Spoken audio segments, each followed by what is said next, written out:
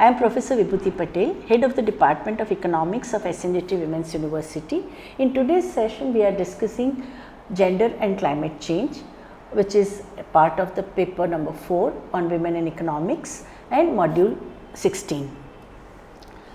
There are very important gender concerns in climate change discourse because women in many developing countries are responsible for climatically sensitive tasks such as securing food, water, energy, which are extremely important for the well-being of the household.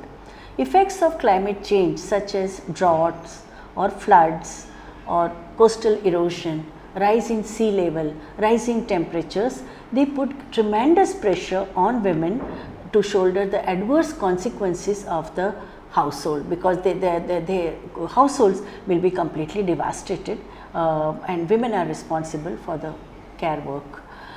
We need to learn from the experiences of the 70s. It was women in Chipko, Tehri Garhwal, who asked for preservation and conservation of forest, when in the name of development arbitrary felling of trees was happening in Tehri Garhwal. It was Gaura Devi and women from Garhwal who hugged the trees and Chipko movement started. They invited our attention to 7 types of calamities which were created due to deforestation: landslide, shortage of water, shortage of rain, women who are responsible of collection of fuel, fodder and water, they would spend days and walk for miles together and they won't get even one pitcher of water. Out of frustration, so many women started jumping out of the hilltop and killing themselves, so suicides had increased. Men who were employed by contractors to fell the trees, they were given wages, and the same contractors were also running alcoholic den. So on the same table where they were given wages, there used to be bottle of alcohol. Their wages would be used only for buying alcohol, which also created problem of indebtedness. And this alcoholic man of the household, not only that they did not contribute to the welfare of the household, they started selling off their daughters to these contractors who ended up in the brothels of Agra and Lucknow and so many other cities. So this completely ruined the household. Whenever the landslides took place, villages after villages got destroyed. It was in this context that women from Tehri Garhwal met a noted Gandhian, Mr. Sundarlal Bahuguna, and they said that we must do something. This is not development, this is disaster. And they invited attention to this so-called raping of Himalaya. That's what they said, that Himalaya was denuded by this kind of a disastrous course. And a young woman scientist who had visited that place, Vandana Shiva, she wrote this experience.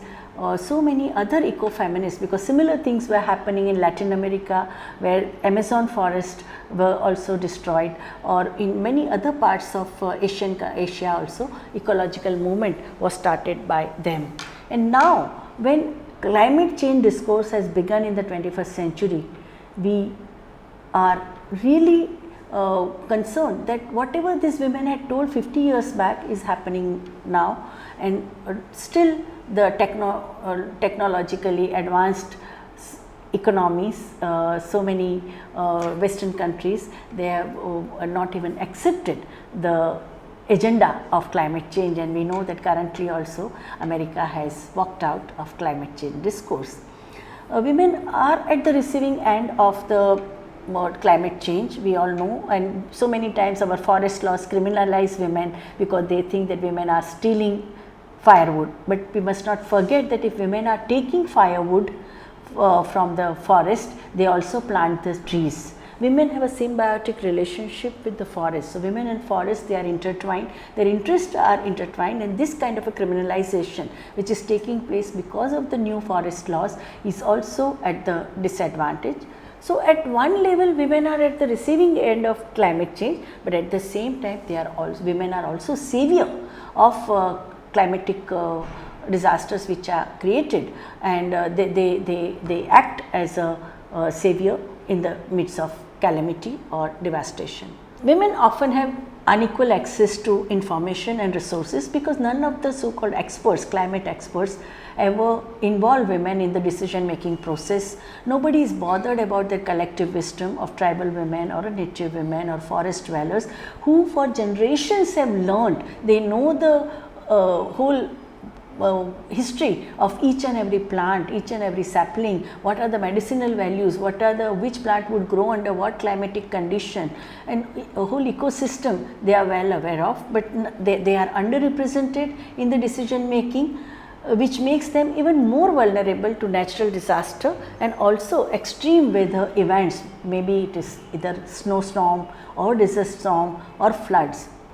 What we have seen is that even in the UN discourse, when the climate change debate started, there was not a word called woman in it. There was only scientific information. There was a question of carbon footprint, responsibility of the corporates, what the macroeconomic policies we should adopt, all that was there. But women have stake in climate change discourse, that kind of thing was not accepted. It was not even mentioned, it was just bypassed. It was only when the women's movement and the eco-feminists from all over the world started hammering UN system, then the new document which was published by UNFPA called Women in Climate Change, Gender and Climate Change came into existence, and it was discussed. Now, despite several vulnerabilities that women have, women's knowledge and social practices could be used to build community resilience if women were included in adaptation and mitigation efforts, because women have, for generations, women have done adaptation and mitigation work. The whole male dominated discourse doesn't allow women to be active in the decision making process. The impact of climate change on women are not a mainstream focus in key international agreements such as Kyoto Protocol or United Nations Framework Convention on Climate Change. All key decision makers institutions related to climate change have a male dominated hierarchical structure where women's voices are muted. Do gender audit of micro and macro planning and also program implementation, that is what women's groups and the eco-feminists have been telling. We need to provide platform to women farmers, community workers, students, youth who are concerned about environmental issues. We need to document the best practices, organize study tours, exposure programs to projects and also concerning climate change. We should need to organize workshops on disaster management, I think, which we have started. So many local self-government bodies have started organizing disaster management program. There are workshops on rainwater harvesting or renewable energy. So those type of things have now percolated down to community level discussions. When it comes to India, our experience is that Indian women are extremely vulnerable to climate change, as women are often responsible for providing, say, daily essentials such as water or food, and when climate related disaster takes place, the poorest families and the workload of women and girls increases. The studies of Orissa have shown that every time there is a flood in Orissa or in northeast, women are the ones who pay the heaviest price, because in terms women eat last, least leftovers, so many times they are starving. All the studies of famines in eastern part of India have shown that during famine women have suffered the most in terms of nutrition, because they would feed other family members and they would sacrifice their meal. And women also, they miss out on opportunities, like if there is a drought, there is a tremendous water shortage, most of the time that women have to spend in procuring water. So, one study by Indira Rajaraman, Dr. Indira Rajaraman of NIPFP shows that on an average poor Indian woman spends 6.2 years of her life in fetching water. If she does that, that means had we been providing tap water to all citizens of our country, these women would have had at least 6 years of schooling. The amount which they spent on collecting water, they would have spent in school. Studies have also shown that women who were born during the drought or floods in the 70s, and they were 19% less likely to ever have attended schools. This is London School of Economics study. As climate change intensifies, India's poorest women and girls are at the risk of losing opportunities to participate equally in the development process. At the same time, many poor women are also involved in climate sensitive activities such as paddy cultivation, because that is the main responsibility, or fishing. Climate change affects their livelihoods in a major way. There is a report prepared by UN facing a changing world, women population and climate that was released in 2009, and I quote, "With the possibility of climate catastrophe on the horizon, we cannot afford to relegate world's 3.4 billion women and girls to the role of victim," United Nations Population Fund has said. And the question asked here is that, wouldn't it make more sense to have 3.4 billion agents of change? So why can't we make these women who are currently victim of climate change become the agent of change by involving them in decision making process, and at the same time enhancing their capacity to deal with the climate sensitivity.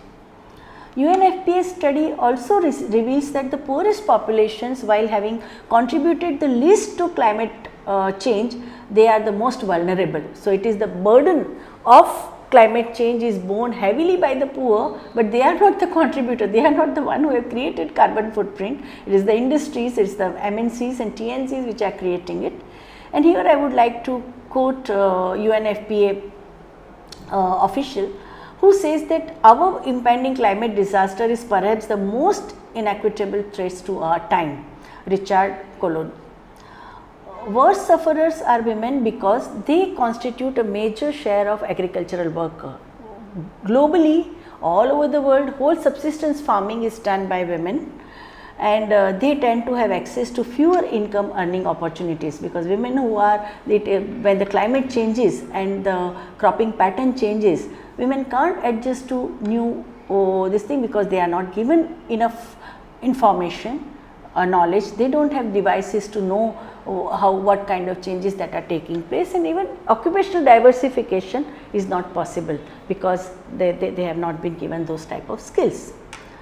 When it comes to Asia, what we have seen that 2.2 billion Asians rely on agriculture for their livelihood, and this sector is now threatened because the falling crop yields due to climate change caused by floods, droughts, erratic rainfall, and also climate change impacts. The current climate models indicate that food prices may increase sharply from say 29 to 37% for rice, 58 to 97% for maize, and 81 to 102% for wheat by 2050. So, let us understand how are we going to deal with our food security, food sovereignty. That is also major challenge. Gender is a very important factor when we discuss vulnerability to climate change. It is estimated that women produce over 50% of food grown worldwide. This is officially admitted fact. In India, more than 84% of women are involved in agricultural activities. As a result, they become the greatest victim of climate change impact. In addition, gender inequality makes them disproportionately vulnerable to environmental alterations. Climate threats to life are also much pronounced. It is predicted that climate change will lead to increasing frequency and intensity of extreme weather conditions, precipitating the occurrence of natural disasters around the globe. London School of Economics in 2007 examined that natural disasters had occurred in 141 countries in between 1981 to 2002. The study found that the natural disasters lowered the life expectancy of women. As the disaster intensifies, so too does its effects. So, the effects of disaster on women is far more devastating.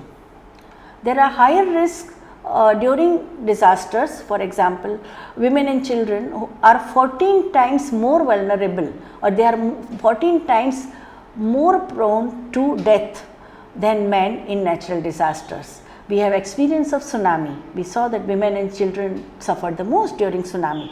85% of people who die from disaster happen to be women. 70 to 80% of casualties in 2004 in Asian tsunami were women. 90% of casualties in 1991 cyclone in Bangladesh were women. 83% of low income single mothers were displaced in the wake of Hurricane Katrina. Increased workload and household burdens, that is also another very negative impact of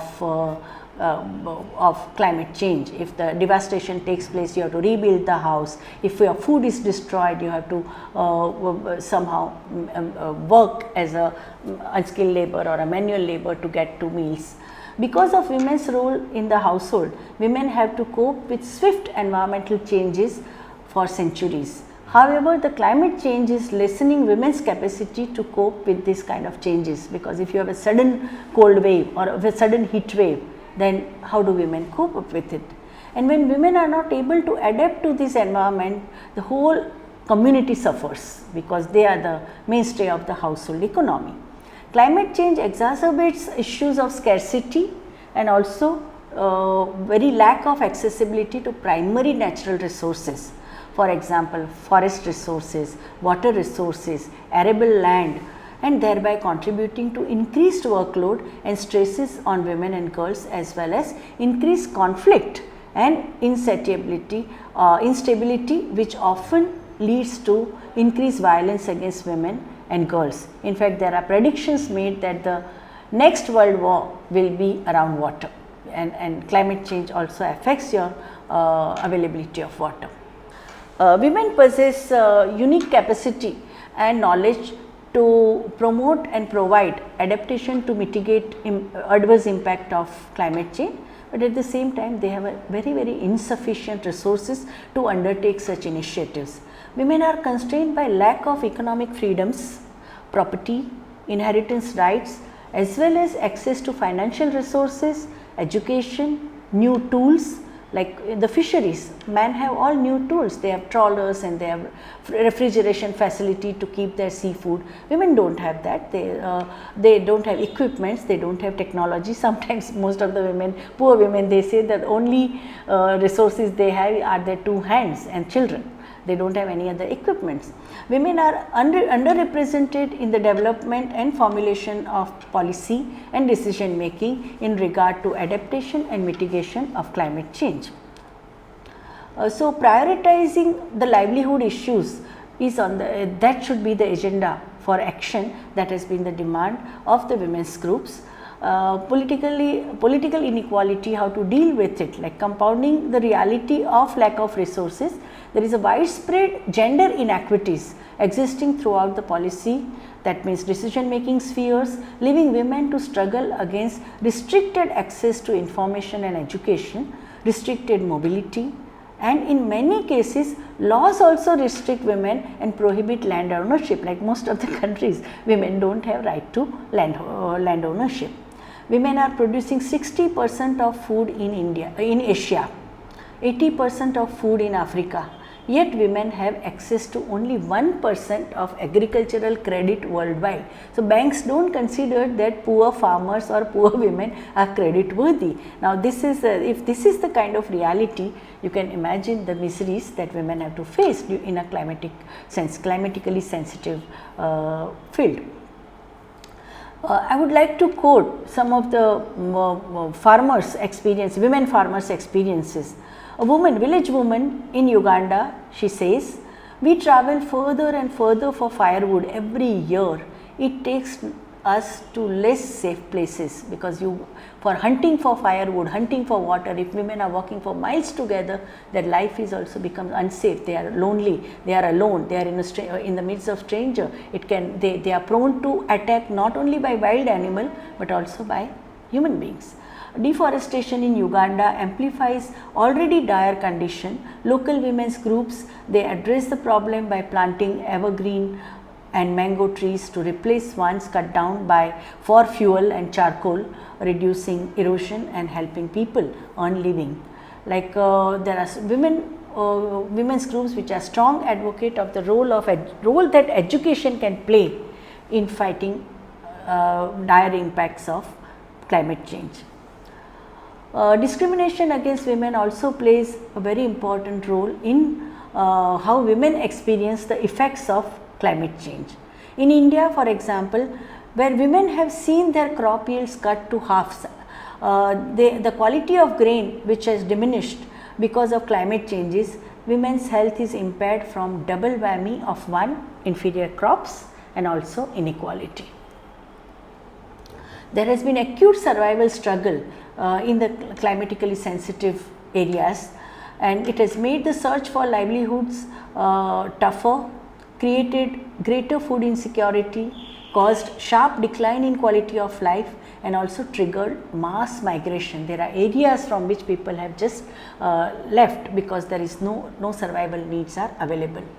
Human Development Report also highlighted micro level studies which have revealed that Indian women born during floods of 1970s were 19% less likely to have attended primary school.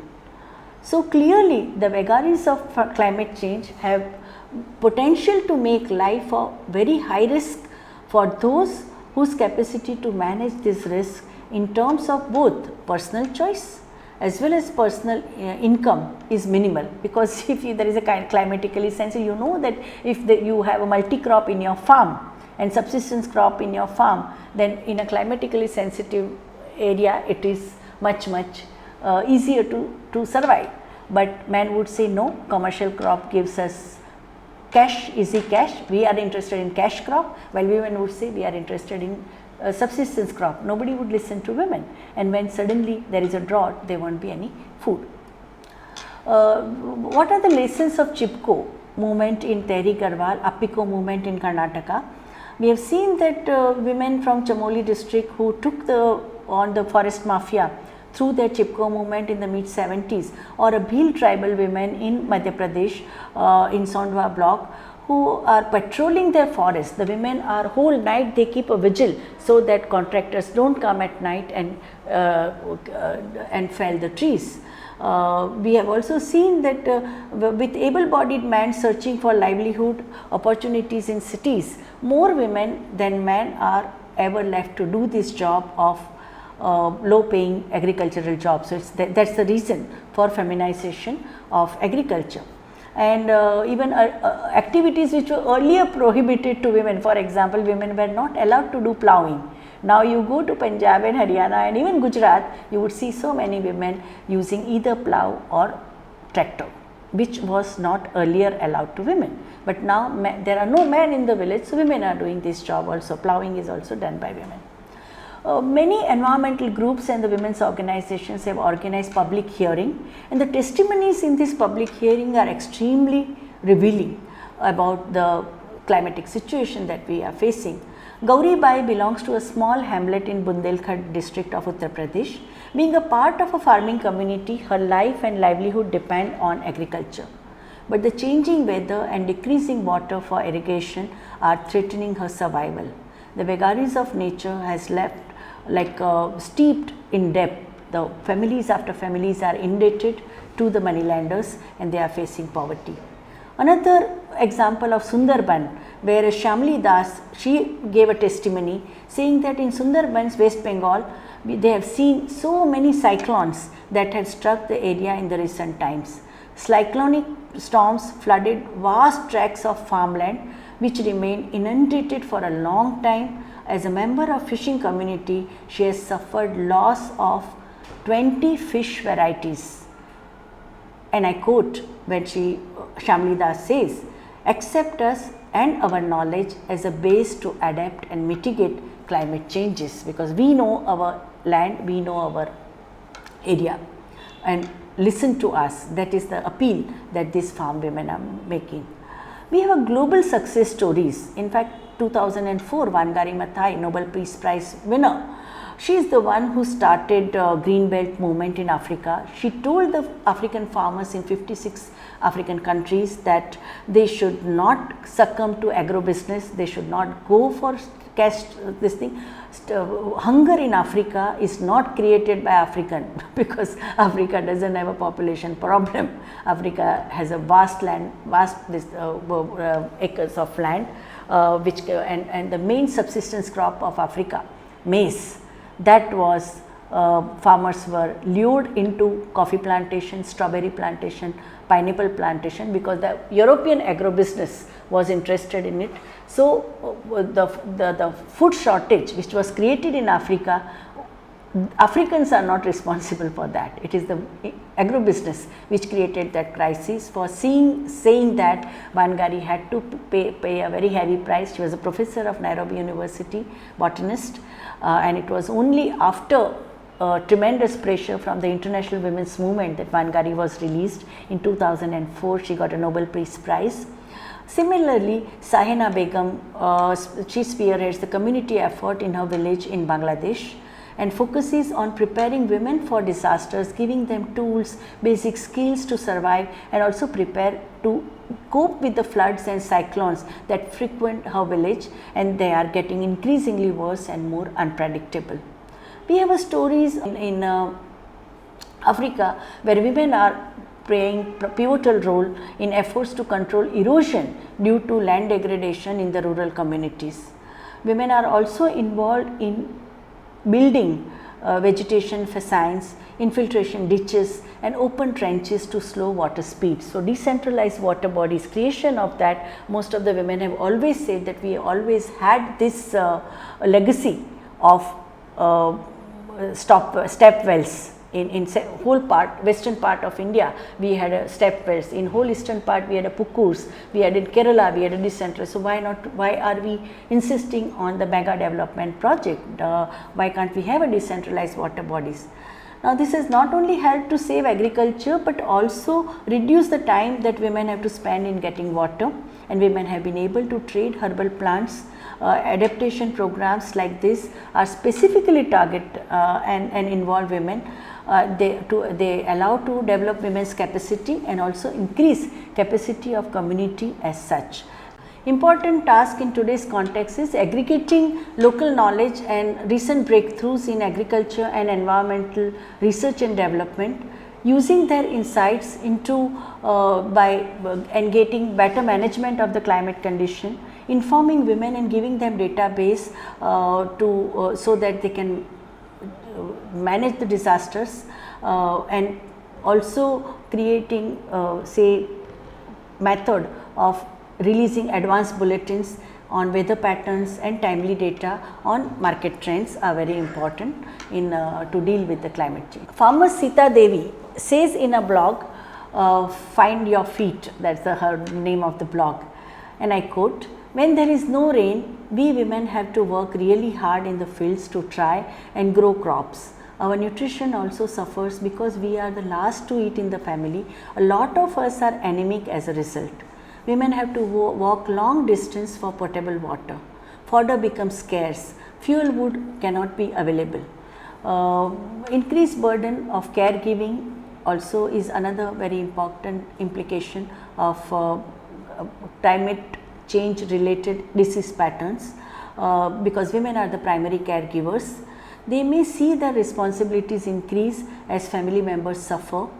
Increased illnesses due to exposure to vector-borne diseases, because vector-borne diseases have increased everywhere, whether it is a malaria or dengue or H1 or variety of bacterial and viral infections. Waterborne diseases like cholera becomes prominent after every flood. Heart stress mortality is also increasing because the life has become so stressful, not only in the urban areas but everywhere because of climatic changes. Increased malnutrition and the stressful life, women have to pay heavy price of all this. Women farmers' response to the corporate world. Women farmers have challenged corporate worlds in several Asian countries, in Philippines Farm Workers Union, or in Africa, where food is what they say, that food is a human right, not a corporate commodity for speculation. So Mother Nature doesn't operate on boardroom profits.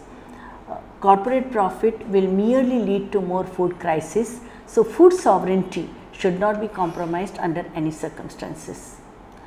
Indian women have also played very important role in mitigation of effects of climate change.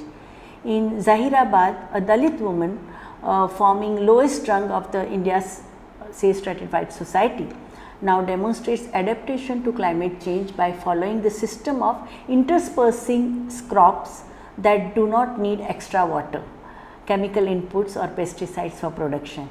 They grow 19 types of indigenous crops to an acre on arid degraded lands that they have regenerated through collective effort.